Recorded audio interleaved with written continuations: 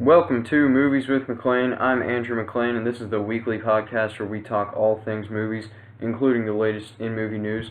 With me today is Matt Vorberger. Matt, how are you? I'm doing great, having a great day. How about you? Doing pretty good. Today we have a Dunkirk review, and it's completely spoiler-free, so if you haven't seen the movie, that's fine. You can listen to our whole episode today, and we're talking about all of the big news, trailers, posters from Comic-Con that was this past weekend, so lots of good comic book movies to talk about. Before we get into all that, I have an announcement to make. So a few weeks back, I mentioned that we were getting towards the end of this podcast, that I wasn't going to have time to record when I go to school next year. So this is actually the last regularly scheduled episode. We might come back and do like a end of the year top 10 or a Star Wars review or something, and maybe pick it back up next summer if I have the time for that. But for the weekly episodes, this will be the last one. So thank you to everyone who has listened for a year and a half, and thanks to anyone listening who may have come on the show who's been a guest. I couldn't do it without you guys, so thanks a lot. Now we will jump into the Dunkirk review. So Matt, what should viewers expect going into Dunkirk? So I guess what you should expect is just like, pretty much at this point, Christopher Nolan's films can't be like awful or bad, so just expect a really good movie, just like well made, looks really good. I think they should expect a movie that can seem a little confusing, but that is really brilliant when you look into the details and when you pay attention really in depth. Yeah, that's my first thoughts, I guess. I'd say don't expect a lot of dialogue. Yeah. Because there's not, but all of the dialogue is very meaningful. Definitely. So that's impressive, because even though there's not a lot, you remember lines in the movie. They stand out. And it's intense, it's PG-13, but it's still a very intense experience. Yeah, like you said, visual masterpiece. There's some things that certain people might not like, as far as the way it's told, and like it is just sort of showing you the war, so it's not really deep in story or characters. This is a recreation of the war done perfectly, I'd say. For what it's trying to do, it does that spectacularly.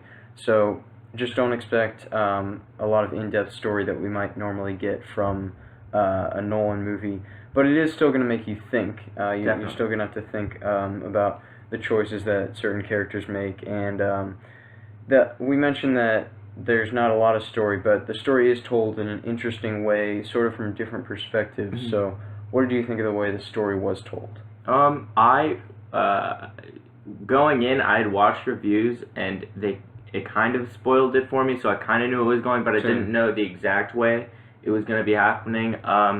But like watching it, you figure stuff out with, like, in your head, you're like, wait, that looks familiar, or wait, that just like little stuff like that, and you're like, whoa, that's actually really cool, the way it all like kind of pulls together in a way that you kind of wouldn't expect, because like you aren't anticipating anything like some of the ways that like things are tied together, I guess. Okay, yeah. I see what you mean. For me, I just thought it was kind of unnecessary. Okay. And it did confuse me, as far as like the passage of time, that was what confused me. And I definitely need to see it again, one, because it's an incredible theater experience, and two, because now that I know everything, I'll need to see it again, knowing how all those threads are tied together, and not try to figure that out as I'm watching it, because I did have to do that, and I just thought it made it a little confusing, and I mean, in the end it all made sense, but during the film, for the first time, it was a little confusing and, for me, unnecessary, I thought. But do you think that this is one that you have to see in theaters? I don't know. That's kind of a tough question, because, like, I don't know if it's a must, like, because if you see it, you're probably going to want to see it again in the near future, so if you see it in theaters, you don't really want to pay that extra money to go see it again in theaters, so I'd say see it once, And then if you are very intrigued to see it again, and just like wait for it on DVD or like Blu-ray or whatever. Okay. So I saw it in IMAX. Yeah. And I'd say you have to do that. Okay. Because I mean, just like was, for the visuals. Yeah. Okay. And the sound and the score. Oh, the definitely. Score is incredible. It just builds the like impending doom, like the sense of impending doom. I mean, there's from the very beginning you feel like you're there. With like it literally sounds like there's bullets going by your head in the beginning, and I won't. For if you've seen it, you'll know what I'm talking about. The scene in the boat, you feel like there's bullets going by. You'll know which one I'm talking about. So that was just an experience that I had never had before, and I'd say that even if the story doesn't work for you, I think you'll still at least enjoy the theater experience if you go see it. So I would definitely say that you have to see it in theaters. What impressed you the most with this movie? See the way the story was told was that for me. Okay. See, like I don't know, cause the way it was told was like also like part of like war and part of like how time passes and everything like that. So that's the way that I saw it, and cause like the Germans weren't necessarily any villains, but they were just like there to like be like part of the war and just like the most accurate part. But then the thing that everyone, like every character in the movie is racing against is time, and I thought that was really well portrayed with the way the story was told. Yeah. And for me, maybe I'm just not that smart of a moviegoer. No, I think if you see it again and you think about it like that, I think it'll make a lot more sense, and it'll probably get better for more viewings. And me too. Okay, yeah, you know, I'll talk a little more about that when we get into like possible negatives. But like, what impressed me the most is like you don't see a lot of war movies where the side that you're rooting for is losing the entire time. Exactly. And this is like they say, a military disaster, and it's all about survival, and you really see like what people are willing to do to survive, and also how people from the country came to save those because they needed a military to defend England. Yeah. France was lost at this point, and they needed their army. So you see how people are what they're willing to do with like Mark Rylance's character, and then also with Tom Hardy's character. And talking about that, what impressed me was the dogfights. Yeah. Because I can't think of another war movie that shows that realistic kind of dogfights. Yeah, I mean, just the way that they were shot was just like, you feel like you're in that airplane. Yeah, and you see like the communication between Tom Hardy and the other English pilot, and you see sort of like how they plan to take guys out, and how that works out for them or doesn't. I just thought, it was portrayed really well, realistically, and that was exciting to watch. What impressed me is that I was completely in this for the entire hour and 45 minutes. And, it's nonstop. Someone compared it to Mad Max, and I was like, or like Mad Max Fury Road, and I was like, that's similar, but like not like story wise, but like just like the way it's like always going and always like very minimal. There's like, no moments. moments. Yeah, there's no Saving Private Ryan moments where they're Matt Damon's talking about like his family back home and his brothers. That's not in. You don't really get into the characters because why would you? In this situation, you're not gonna stop to ask the other guy what he does for a living back home. Okay. You're trying to survive, and that's so intense, and it's so captivating to watch. It's an experience that I've never had before. Yeah, it's like one of the most honest war movies I think I've ever seen. Yeah. Just like from like the perspective of how everything is portrayed. Yeah, I'd agree, and I think that this is sort of a positive and sort of a negative, is that I could have had more. It's an hour 45, but I could have watched this for 3 hours, honestly. I mean, I understand why they didn't do that, but, you know, I could have kept watching this because I was so, just so enthralled and just in the middle of it. And that's why it's a positive, and I'll talk a little later about why it's a negative. But were there any characters that stood out to you? Tom Hardy was definitely probably Tom Hardy. His just like acting just with his eyes for most of the film, and then closer to the end, he just like does like no not any specific dialogue, just the way he like portrays the character is amazing. Mark Rylance. And because he's just a badass. Oh yeah, definitely. He's like the Poe Dameron of the one of the best Royal pilots. Yeah, exactly. Air Force. Yeah, and then Mark Rylance was definitely another standout because he was just a citizen, and you learn more about his backstory with his family and stuff like that, and just tiny things there tiny things about his character that just make your think about that make the character that are really good characterization for him. All right, but yeah. just incredibly small things. And he's the one who stood out for me the most because I think he gave the best performance, and I think that he was just willing to sacrifice himself for the military. And I thought that that made him a really endearing character. Mm-hmm. And Mark Rylance, I mean, everything I've seen him in, he's been incredible. And I don't know how. I mean, he was just discovered recently, and he's pretty old already. So yeah. I mean, I hope to see him in a lot more because he's an incredible actor. But there aren't a lot of characters that we get into. Can you actually name many characters? How many characters do you think you actually know the name of? Because I can think of 3 maybe. I think the French guy was Gibson, or no, he had the dog tag Gibson, but his name wasn't actually Gibson. Yeah. And then the boy George, and I think Tom Hardy was Ferrier, but I can't name anyone else. I'm trying to think of the other pilot's name because I feel like I remember. Oh, Kenneth Branagh was Commander Bolton. I know that just because of Game of Thrones. Okay. Yeah. No. I mean, it's just that. When I said about it being an honest war film, it's just do you have time to stand there and ask people's names when you're waiting, or when you're just in the midst of everything that's about to happen, or everything that's happening with Germans coming at you every day or every couple hours or whatever, just bombing from above. And yeah, exactly. Yeah, you don't. So it's very honest and realistic. Mm-hmm. Let's get into some negatives. Do you have any?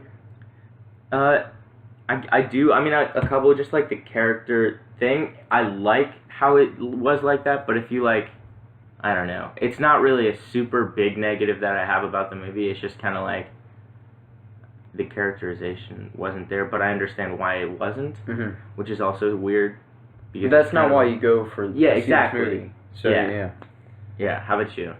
Yeah, I kind of felt it didn't really show everything that happened. I don't want to spoil exactly the end, but they say how many men were saved, and we didn't really see that. We just see a really small part of that. And for me, maybe because the passage of time was confusing for me, I didn't get that it's showing a small part of what took place over a whole week. Yeah. But when they say this many men were saved, I was thinking, really? Because I didn't see that movie. I saw a few men get saved, but I just felt they could have showed more, and that's what I was saying earlier, how it's a negative, how I could have seen more, because I felt I didn't get the full experience, and maybe that's just what I was expecting, and that's not what they gave me, and so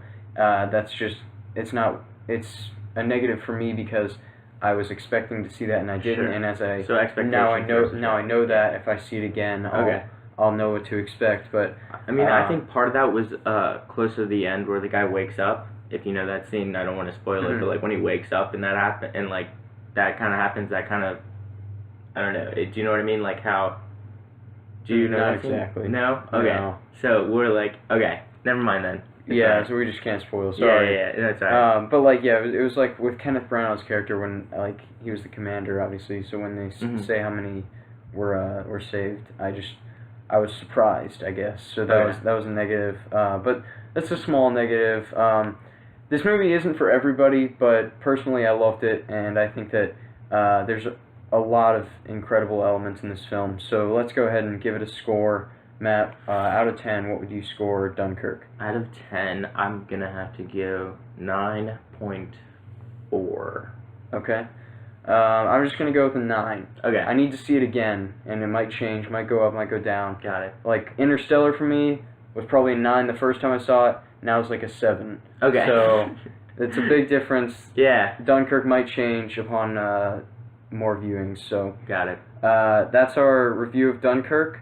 We are now going to get into the Comic-Con news. So there's a lot to talk about. Day one had the Fox panel, So the first major news from the Fox studio panel was the new trailer for Kingsman: The Golden Circle. Matt, what did you think of this new trailer? Focus on the statesman.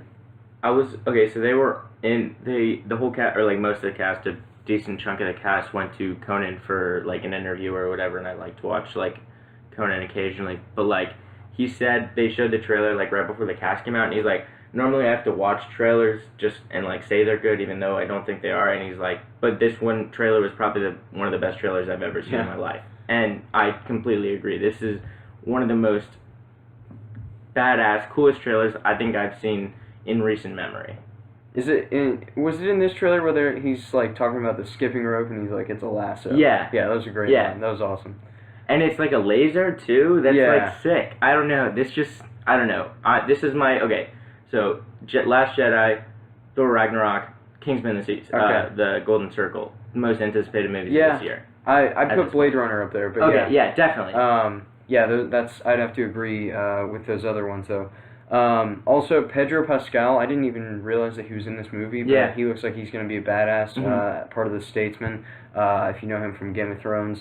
I mean, just to see, like, all this new lore that's going to be added into, like, the story that we got with Kingsman, where it was mostly focused on British culture, and now we're getting all this American culture with the statesman. I just think that that's all going to mesh together to create just an awesome action movie. Yeah. That's going to be just such a unique theater experience. Mm-hmm. And it looks like a lot of comedy in there too, which, I mean, it looks like it's just raising the bar from Kingsman, which is already a fantastic action movie. Like, just like the cool cool small parts about Kingsman, just like how they're all like, round table, essentially, they all have those names.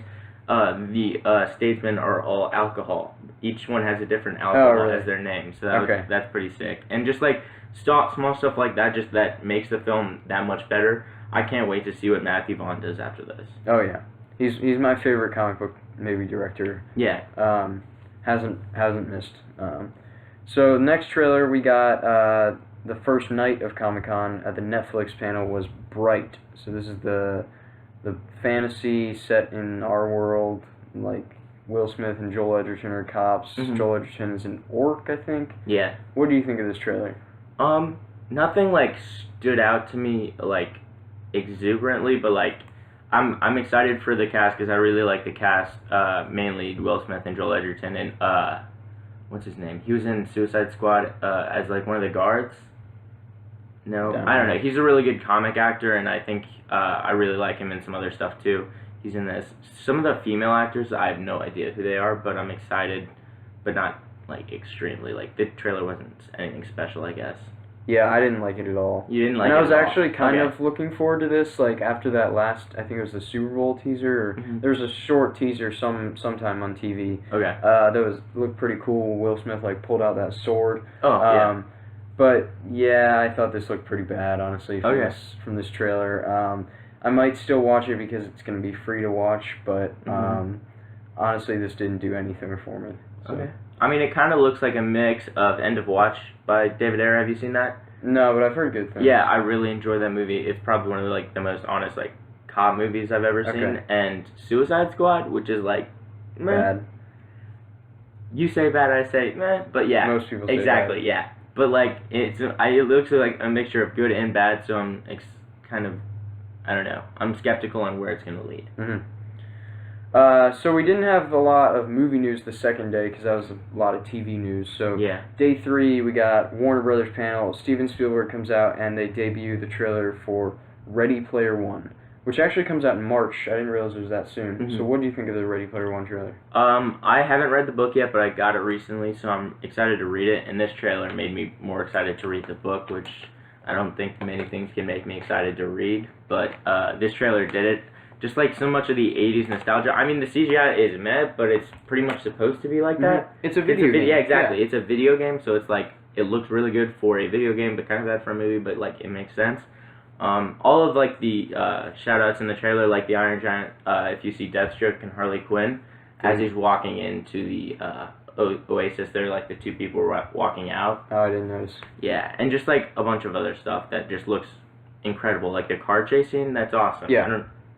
I don't know what else to say. It just looks incredible. I don't know a whole lot about this story, but Yeah. this movie looks freaking insane, and I can't wait to see it. I mean, Steven Spielberg hasn't done like a big blockbuster in a while. Well, I guess BFG's not really not big action blockbuster. I wouldn't know. Yeah.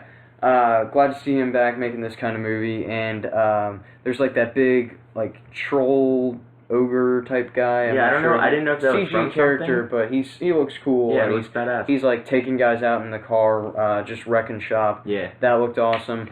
I've got Tom Sawyer by Rush in my head now, and that's a good thing. So I am so pumped for Ready Player One, and I wasn't even really thinking about it that much before. So this trailer was awesome. We got a Justice League trailer and poster.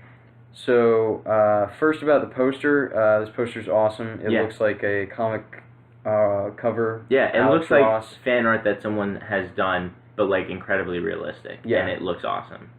And, you know, there's a lot of cool posters. Movies aren't always that good when the poster's good, so if this movie is good, that's a poster worthy of my wall. Okay. But what do you think of the trailer? The trailer, I thought it was a little too long, but other than that, everything. 4 minutes. Yeah, most stuff in it, I really enjoyed. I think Ezra Miller's humor was okay, not like as good as he thinks it is, or whoever wrote the dialogue thinks it is. But I did like when he like didn't know. Yeah, that was pretty funny. Yeah, but like some of the other stuff is kind of mad, like even from the last trailer. But this trailer, the action looks really sweet. Steppenwolf, we didn't get a really good look at, but I'm excited to see. I think that was him narrating the trailer. Yeah, it was. It sounded like Kieran Hines. Yeah, it was a little. That he's playing him, right? Yeah. Okay. It was a little hard to understand him at points. It was. But I'm excited for the world building that they've done. Like he said, no lanterns. I was waiting for him to say no Kryptonians, but he only said singular. So. Okay. And then also Alfred saying the thing about the Penguin, which I'm really excited. Makes me more excited about the Batman movie. And yeah, how about you? It was okay. I'm still not like sold on Justice League. Excuse me. I really want this movie to be good because the Justice League cartoon is one of my favorite things related to DC Comics, and if they can capture that live action, that would just be awesome to watch. I am like looking forward to seeing that like epic battle that it looks like we're seeing with like horses. I don't know if it's Amazons and Atlanteans or whatever that is. Yeah, that looks cool. I do think that this was very CG heavy and it was noticeable. I really hope they fix it because like I mean some of the stuff in some trailers like even Marvel stuff has okay CGI in the trailers and they fix it up for the movie. So hopefully they fix some of the not so good stuff and not so good CGI in the trailer. I thought when Aquaman crashed that guy through the building, that looked really bad. When he jumped off him, I thought it kind of looked bad, but like everything before that, I think was okay. Okay, well, yeah, and it looks like we're having like a red sky throughout a lot of this. So I don't know if this is like something has come to Earth. That's obviously like the parademons are coming to Earth, but they've like changed the Earth's atmosphere somehow. Maybe go to apocalypse. Yeah, I don't know. I mean, it looked like a exactly because they have built. So I don't know. Yeah, that's true. I'm intrigued. This trailer did not sell me, but I am hoping that it'll be good. I don't really want to see a whole lot more though. Yeah. I just want to see the movie and pray that they. I think this should be the last some trailer. things. Yeah. Like if they release another one, I'm well, probably it was like 2 trailers. Yeah, exactly. Yeah. So we didn't get to see any Aquaman footage, but they showed it to the people at Comic-Con. So basically, there's like guys fishing and they catch on to something, and it's like an armada of ships led by Ocean Master, who's Aquaman's brother, and then we see Aquaman like kicking ass, I guess, and there's some line about like, you want to talk about this, and they're like, no, and he's like, good, or something like that. Yeah. So, I'm excited because I've heard people like really enjoyed the CG that was happening during the like fisherman scene, and like how they were like mega sharks with like that just looked like sharks on steroids on steroids on steroids, which I'm excited for, just to see like the different monsters that they bring out in this movie that could be in the ocean or whatever. I'm excited for Jason Momoa's badassness, pretty much. I kind of want to see this, but hopefully they release something either like more cut, like a trailer, Because I feel like these were more... it's a long time away. Yeah. It's next, like, November. Oh, yeah, maybe? it's like 17 months away. Yeah. So it's a while. Yeah. I don't know.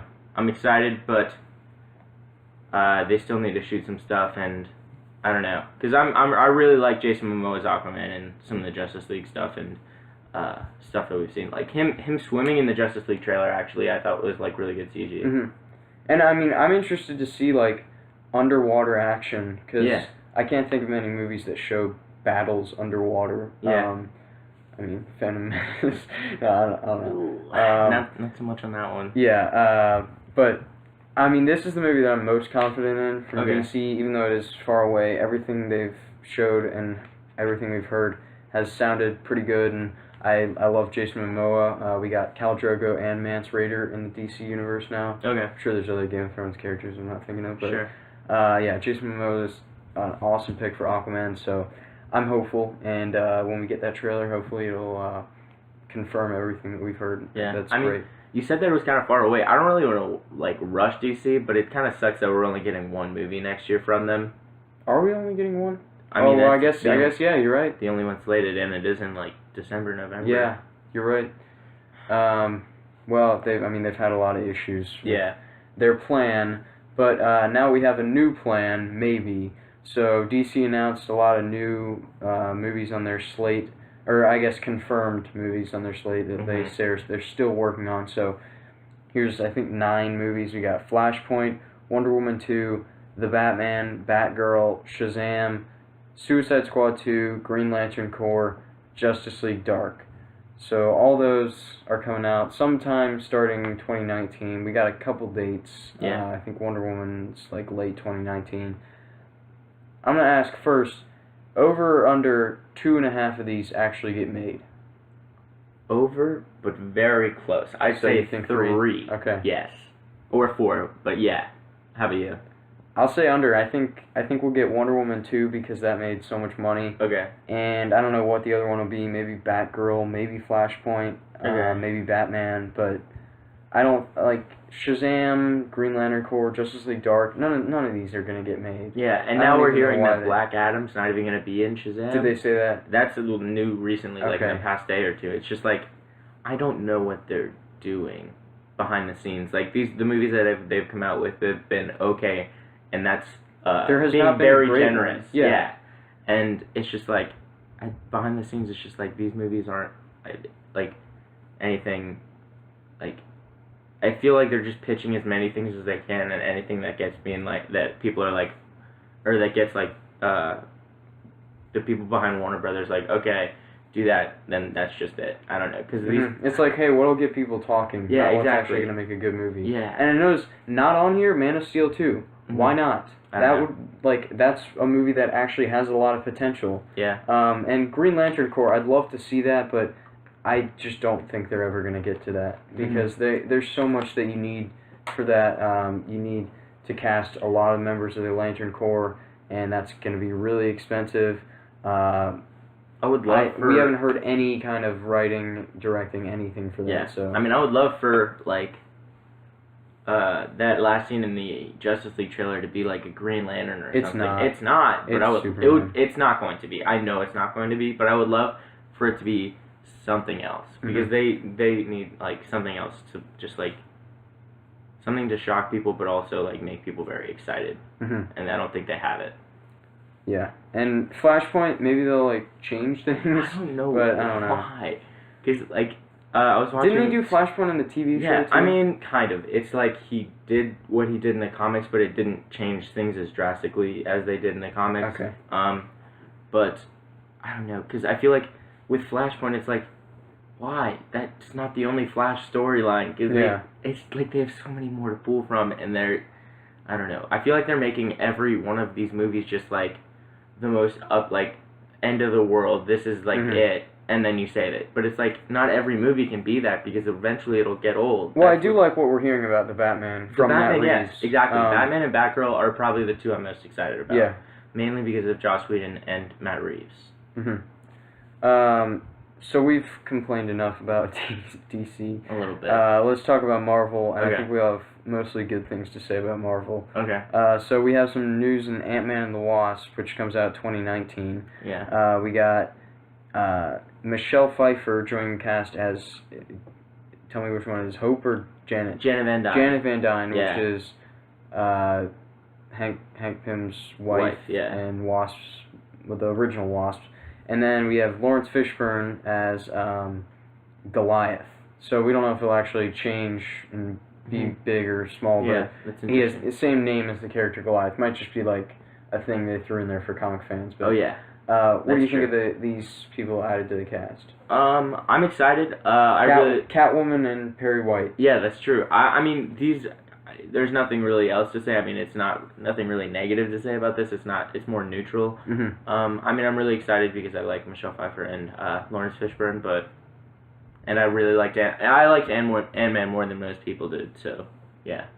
Yeah, I mean, like you say, it's cool. Yeah. Good actors. Sure. That'll make it better probably. But Yeah. I mean, cool. Mm-hmm. It's not like I'm super excited now. Yeah. I'm not like a huge Michelle Pfeiffer or Lawrence Fishburne fan, same, but definitely. they're good. So we have Captain Marvel also coming out, I believe, 2019. Or no, Ant-Man and the Wasp is 2018. Yeah. Yeah, so Captain Marvel 2019.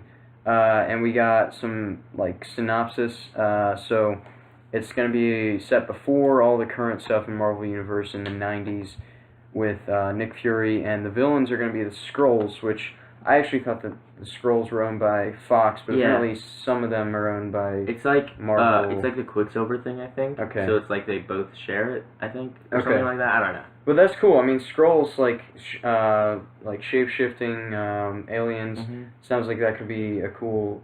Twist to put in the Marvel Universe. Yeah. Yeah. I mean, I thought for a while that Stan Lee was a Skrull, but now we know he's like the Watcher. Yeah. Apparently he's the Watcher informant, not an actual Okay. Watcher. But yeah.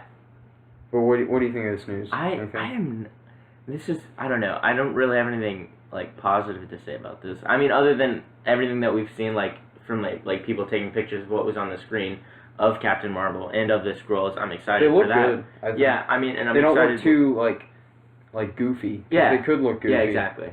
I don't know. I'm excited about what I've seen, but I don't know what they're gonna do. I'm just a little confused because if it's taking place in the 90s with Well, Nick if it's Fury. like Secret Invasion, that's why we don't know about it, maybe. Yeah, but then why couldn't you just do it behind the scenes, over the course of the Marvel Cinematic Universe? Yeah, I guess. 90s is a little too early, and how are they gonna age Brie Larson? 30, 20 years? Same way they de-age Michael Douglas. I don't know. It's okay. And Robert Downey Jr. Yeah, but okay, That, whatever. come on, that looked good. That looked good. Okay, I think Michael Douglas was probably the best. Or no, Kurt Russell in Guardians of the Galaxy 2, that's Volume good. 2 is probably the best that we've seen. But yeah, I don't know. It's just got me a little confused. And with the timeline kind of not mix up, but confusion of Spider-Man Homecoming, Mm-hmm. it's just making me a little more confused. But I don't know if that's necessarily a bad thing, because I bet they'll fix it somehow. And it's 2 years away. Yeah. So maybe we'll see something in Infinity War that'll make it completely make sense. Mm-hmm. We don't know that much. Is she going at to this be in point. Infinity War? I think so. I feel like I've heard people say that she is, and some people say that she's not going to I don't be, know. so... Yeah. Well, we'll get to Infinity War in a little bit, but before that, there's a new Thor trailer. So I love this trailer. Maybe not as much as the first one, but still a really good trailer. I What agree. do you think of it? Yeah, first trailer was probably one of my favorite trailers this year, too, alongside the second Golden Circle trailer. But this trailer I really also enjoyed, just because there's so much cool, fan service stuff, but, in a great way. Hulk and the Demon Surtur. It looked like it, yeah. Yeah. I mean, we don't know, but yeah, Yeah, hopefully that's Surtur. That'd be awesome. And Hela and Thor with him using Mjolnir and himself or whatever, whatever that was with him and the lightning. Oh, that was sick. Yeah. Everything in this trailer just made me go, oh my gosh, that looks awesome. Yeah. And, just every second. And even though it's the destruction of Asgard, it looks just a great time. Yeah. And I think it's awesome too that Hulk is speaking now. Mhm. They said that he's been Hulk for 2 years, sort of like Planet Hulk. And Yeah. So he's like, he doesn't want to turn back into Banner, and he likes speaking. So, or I mean, he can speak. So he has like the vocabulary of a 2-year-old. That's why he can speak now. Yeah. So that's definitely going to be something new and fun. And I mean, there's just going to be so many incredible visuals in this. The color scheme looks awesome. Definitely. And I mean, even though it is like a lot of CG, it looks really good, I think. Yeah. So I can't wait to see Thor Ragnarok. Like we said, it's at the top of our like most anticipated, probably just under Star Wars for me. Now let's talk about Infinity War. So we still haven't seen anything. They showed them like the same thing they showed at D23, but we do have a poster now that has like tons of characters on it. Thanos in the middle with the gauntlet. Cap has a beard. What stood out in this poster? I think, I mean, everything stands out. That's just kind of what the poster is. It's just kind of like everything is right there. Everything that we've been culminating for the last 10 years is right here, and it's just like awesome. I don't know. Just like hearing the description of what happened in the Infinity War trailer from D23, and they showed pretty much the same thing in Hall H. I don't know. I'm off the wall about this. I can't be more excited. I can't wait for a trailer. Yeah, for me, it's just seeing like Iron Man next to Gamora. Oh yeah. And, like I don't remember exactly like Thor next to Rocket or something like that. Doctor like, Strange with Spider-Man. Yeah, and what? Guardians. Peter Quill. Yeah, okay. I was like, very far. Yeah. But yeah. This movie is gonna be like the most insane theater experience. I mean, the Avengers, like the first one, was probably the best theater experience I can remember. So I don't know if they can capture that again, but it's going to come close. Yeah. With the amount of insane action and all these comic book characters come to life, and they have not gotten one of these characters wrong. I agree. So just to see all of them come together now, it's going to be so rewarding. And when do you think we will get the trailer?